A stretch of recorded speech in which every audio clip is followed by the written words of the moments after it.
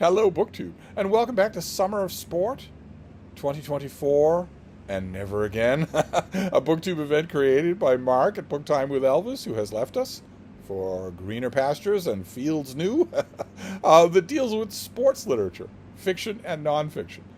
I'm doing Summer of Sport. I think I'm the only person who is sticking with an obviously moribund event because I have been having a great time. I've been reading a lot of great stuff. There's been some weird stuff too. There's been some rabbit holes this summer, but also great stuff. Really interesting stuff that I would never have found if it weren't for this event. So I'm going to stick it out for the rest of August. Then I'll let the Summer of Sport go. That's not a big deal. It's still a book to talk to you about every day. And I added a book to my list last night from Kindle Unlimited, which is the Kindle service that gives you access to a gigantic library of ebooks that you can download immediately on your device, whatever it is, for free. And you can have 20 or 30 books out at a time on your Kindle library, on your Kindle Unlimited, and that's your maximum. You're stuck at that number. So you can pick away at all of those, and it's a nominal fee that you pay to have this. It's a very small fee. Far smaller, for instance, than the fee that libraries used to charge to their patrons. It used to be that a circulating library, you had a membership charge. As opposed to them being endowed by the public and free to everybody at all times. Once you hit your limit, you can have those, I forget what the number is, it's 20 or 30 books, you can have that number out so that whatever your mood is, maybe you've got a couple of fantasy novels out, maybe you've got a couple of annotated classics out, maybe you've got some contemporary fiction. No matter what your mood is, you can bounce around between all those books. But once you hit the limit of how many you can borrow, you have to return some in order to borrow more.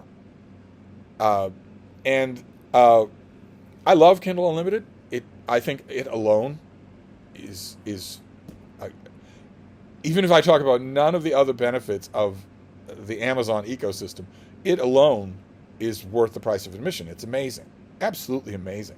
It certainly makes your Kindle or your Kindle app on your phone or your iPad a portal to endless reading for an unbelievably small amount of money. Considering what you get, an unbelievably small amount of money. So that even if you had no other ebooks on your device, if you had no other ebooks on your Kindle on your Kindle, if you just had Kindle Unlimited, you would have a million things to read at all times.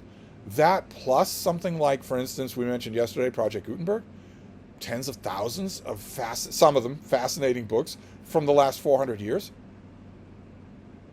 cleanly and professionally formatted, ready to go, ready to send to your Kindle. This is not a video about the wonders of e-reading, but nevertheless, between Kindle Unlimited for like $7 or $8 a year, and sites like Project Gutenberg that are free,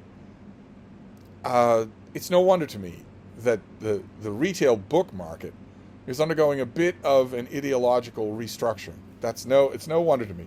Because if you're just a voracious reader and you want a good mixture of classic old stuff and new stuff, you've got it for nothing. Next to nothing. I'm not meaning to be a colonizer and cavalier, but the price of Kindle Unlimited factored in over a year is nothing. You got those two things. You've got all the reading you would ever want to do without the outlay of $35 for a new hardcover at your bookstore. But anyway, a little bit of a rocky road with Kindle Unlimited last night because I went to Kindle Unlimited also for my Garbagus pick, and Kindle Unlimited done me wrong. They gave me something that actually was garbage.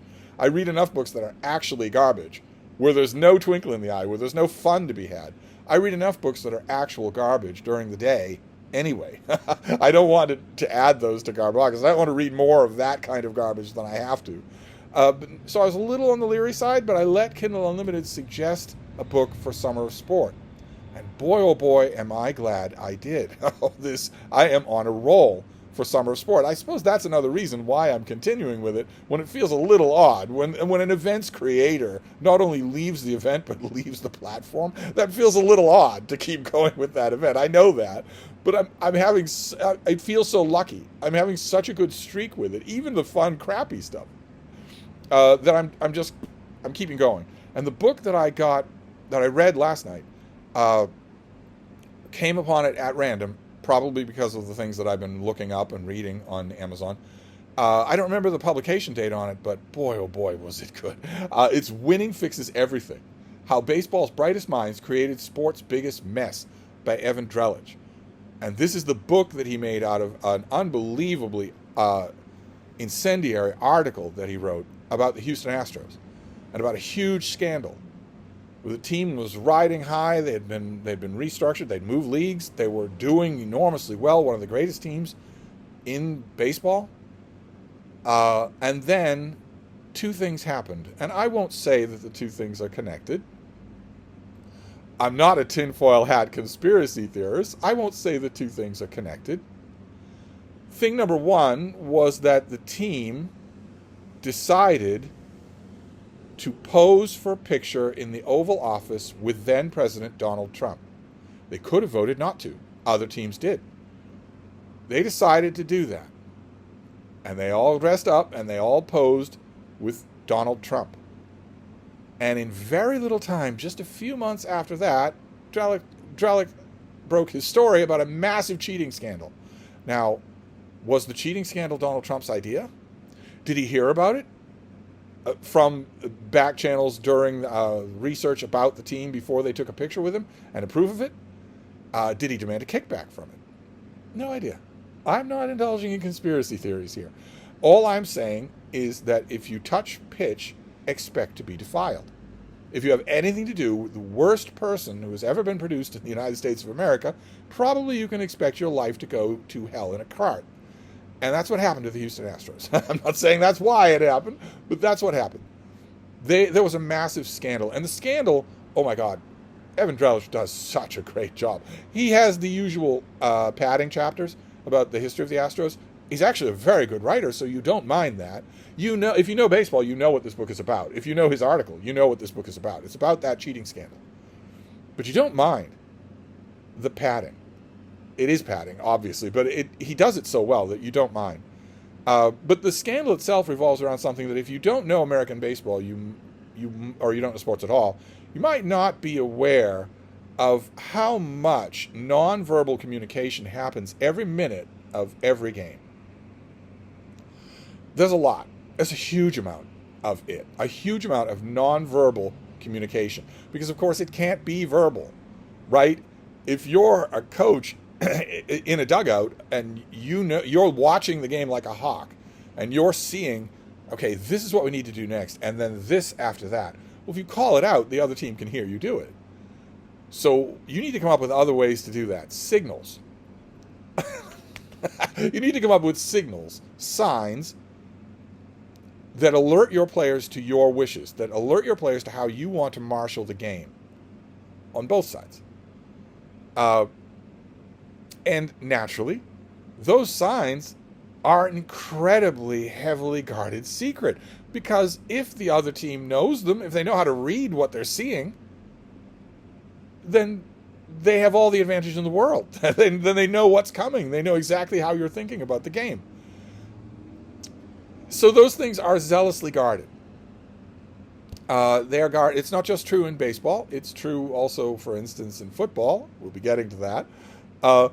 Naturally, if you have a secret silent communication that's going on and it's being done according to a very elaborately specific playbook, the players know these secret signs and codes. They know them very well. They're drilled in them in a school-type setting in their own training facilities. They know there's no chance of miscommunication. They know all these things. They have to. For a last-minute change of plans, for a hurried impromptu strategy, they need to know these things. And naturally, since you have an elaborate silent communication system, there boils up around that an elaborate espionage system, because every team wants to know what the signs are of every other team. Now, you can figure that out. If you're paying close attention, maybe you could figure that out. I'm noticing that this dugout coach, not the main coach, not anybody like that, but the dugout coach, I'm noticing that every once in a while he stands up and walks all the way to the edge of the dugout, literally to the corner of the dugout, and then walks back. And sure, it looks like he's just getting up to stretch his legs and watch the field, but he doesn't do it all the time, and he doesn't do it regularly. and I am an infielder, and I'm noticing that he does this. Is it possible that that is a sign? Is it possible that that is part of this silent communication system? That's a natural way to find these things. There are all sorts of unnatural ways to do it. You can cheat. You can cheat to find out those signs and signals to give yourself an advantage in the game. You can cheat to do it in all sorts of ways, whether it's, I don't know, in football, perhaps electronic bugging devices. Perhaps you could use those and have it not matter one single GD bit for you to become a legendary coach, your quarterback to become the greatest player in the game's history, and your team to get whole hands full of Super Bowl rings. Maybe your cheating gets you that and nothing else. Or it gets you this, a scandal that eventually ended up doing nothing because baseball is a gigantic multi-billion-dollar corporate combine just chewing up the crop in the field. So a scandal isn't going to bring it down. It knows how to handle scandals and keep the billions of dollars flowing in. There was a scandal just recently about a very, very high-profile baseball player, and it was just handled. The combine handled it perfectly. It was my best friend and flunky. I knew nothing about it. I, the superstar, knew nothing at all about the hundreds of millions of dollars being siphoned from my bank account. I knew nothing at all. I am still a superstar. You don't have to choke on the money that you paid out for me. I guess maybe somewhere the sun is shining and somewhere smiles are bright and somewhere someone believes that story. But there are no fools in Mudville. No one believes that story. And the same thing here. There were no long-standing ripples from this scandal of sign stealing and sign spying and whatnot that I will not notice. I am not calling it the Trump scandal. I don't know that it was his idea. I don't know that he got a kickback from it. I don't know that he heard about it and said nothing about it to the major league, to the baseball leagues. I don't know that at all. I know that no good has ever come from anyone having a picture with this man. But at least so far, no member of the Astros has been buried anywhere on a Trump property that we know of. And it was a scandal. It ended up, the combine is going to continue to crush anyway. Nothing's going to keep the crowds away from the fields. There are a couple of things that would, but they haven't happened. That kind of a scandal has not broken. And baseball can handle anything else. They can handle any other kind of scandal and just let it go. I mean, the New England Patriots, for Pete's sake, the most corrupt teams in the history of professional football.